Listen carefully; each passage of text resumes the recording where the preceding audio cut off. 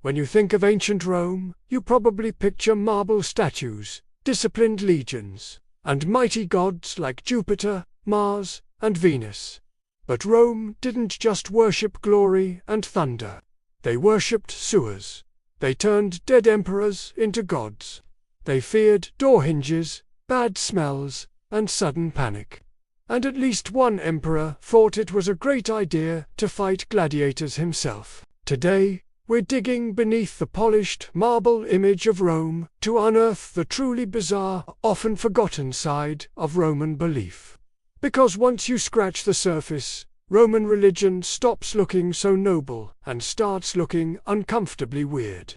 Rome didn't have a neat, orderly pantheon. It had a crowded one. Thousands of gods, spirits, and divine concepts existed at the same time, many overlapping or outright redundant. Why? Because Roman religion wasn't really about belief. It was about control. Romans thought the universe ran on contracts. If you honored the right god, the right way, at the right time, things went smoothly. Miss a step, you get crop failure, plague, or war. So instead of one god per concept, Rome created backup gods, and backup gods, and just-in-case gods, which leads us straight to one of the strangest divine beings ever officially worshipped. Meet Clocina. She was the goddess of the sewer. Specifically, the Cloaca Maximus, the massive drainage system that kept Rome from becoming a swampy, disease-ridden nightmare. And here's the thing. Clotina wasn't some joke deity. She had a shrine in the Roman Forum prime real estate. Coins were minted with her image. She was linked with purity, cleansing, and civic order. Romans believed that if the sewer god was offended, the city would rot from the inside out. Which, honestly, isn't wrong. The bizarre part isn't that Rome worshipped a sewer goddess. It's that they treated her with the same seriousness as gods of war and empire. Because to Rome, plumbing wasn't just engineering. It was divine infrastructure. Roman religion also went micro. They didn't just worship doorways, they worshipped the hinges. One god for the door opening, another for it closing, another to guard the threshold, another to protect you while crossing it. There was even a spirit responsible for making you hesitate for no reason. Sudden panic, tripping over nothing. That awkward moment where your brain just shuts off. Yep, divine intervention. Romans believed that every tiny action was vulnerable to supernatural interference, which meant gods weren't distant cosmic beings. They were invasive, petty, and everywhere. You didn't just live in Rome. You navigated it like a spiritual minefield.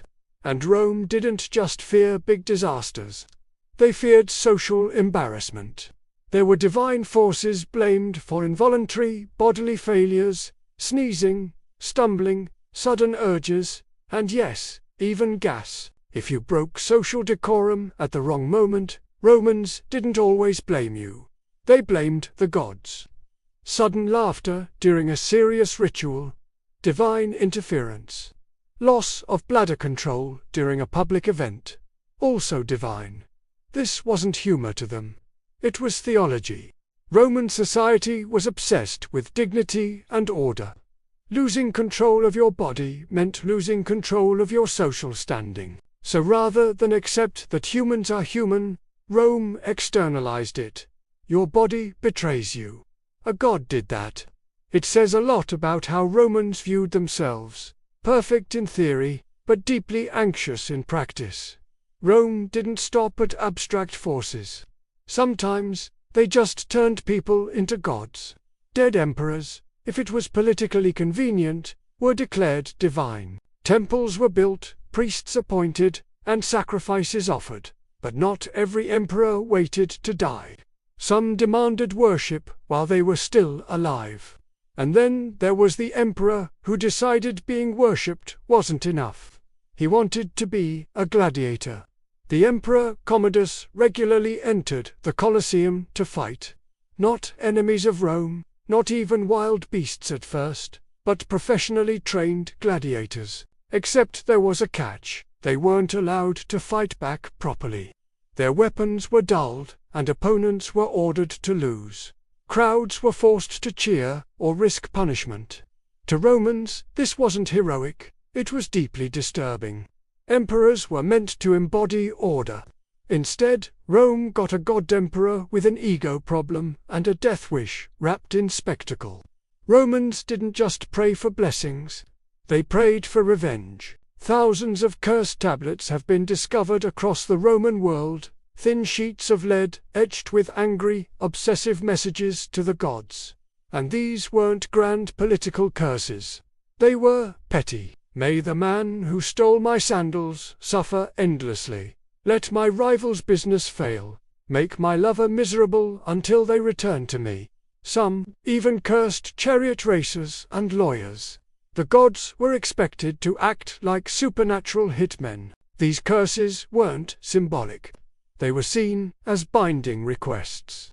Romans genuinely believed the gods would ruin someone's life because you were mad about a stolen cloak, which turns Roman religion into something disturbingly modern. Not a system of enlightenment, but a divine customer service desk for unresolved grudges. Rome was also obsessed with signs: two-headed animals, unusual births, lightning striking the wrong building. These weren't curiosities, they were warnings from the gods. A child born with deformities was seen as a divine message, not a human being. Animals behaving strangely were a bad omen.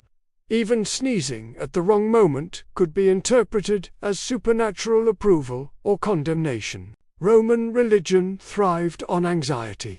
The gods weren't loving guardians. They were constantly judging, always watching, and absolutely willing to ruin everything over a technicality. It's easy to laugh at Rome's absurd gods. The sewer goddess, the hinge spirits, the divine panic attack. But this belief system built one of the most powerful civilizations in history. Rome survived for centuries not because it trusted its gods, but because it was terrified of offending them. Religion wasn't comfort, it was risk management. And maybe that's the strangest thing of all. Rome didn't worship because it believed. It worshipped because it was scared to stop. So, the next time someone tells you ancient religions were noble or simple, remember this: Rome prayed to its toilets, feared its door hinges, turned unstable rulers into gods, and trusted divine panic more than human reason. History isn't always glorious. Sometimes it's just beautifully, uncomfortably weird. If you enjoyed this deep dive into history's strangest corners, like the video and subscribe, because trust me, Rome gets much weirder from here.